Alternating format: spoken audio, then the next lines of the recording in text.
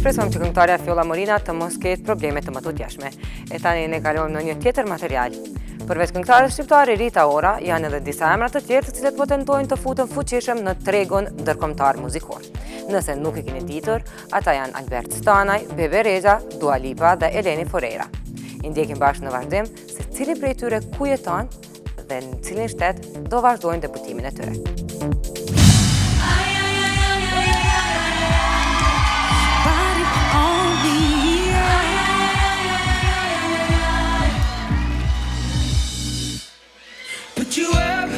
Rita Ora është e para femër shqiptare që hyri në diskografinë e muzikës globale.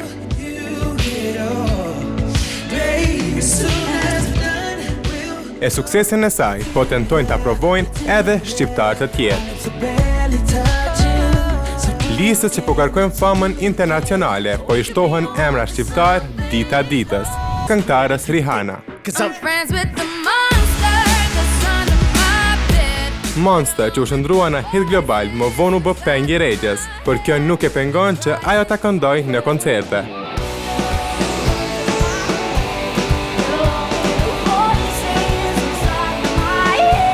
Gjatë 2015-ës, ajo shënoi duetin më të madh deri më tani në karrierë me David Guetta, Nicki Minaj dhe Afrojack.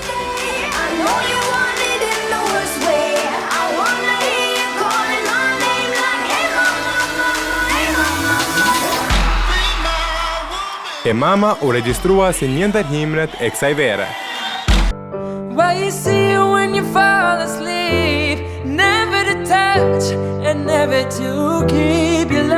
Në Amerikë po vepron një tjetër shqiptar. Me origjinë nga Malizi, Albert Stanaj është duke punuar intensivisht në studio të njohura për te oqeanit.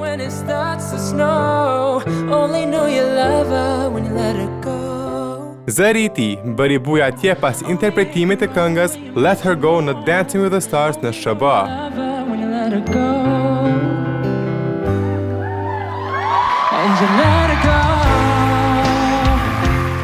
Më pas u pa në praninë e Jay-Z, Drake, Chris Brown e Justin Bieber.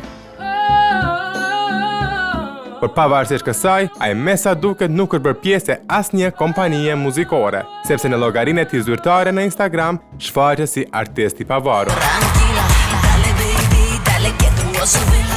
Nga Shqipëria, sukses ndërkombëtar po synon Eleni Foureira.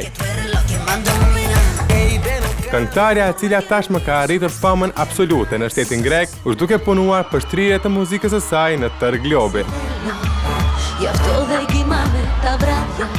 Bashkëpunisja e vitit e ka rëmbyer çmime të tjera të rëndësishme në karrierë. Eleni është në ombrellën e EMI Record Label, që është dek e Universal Music.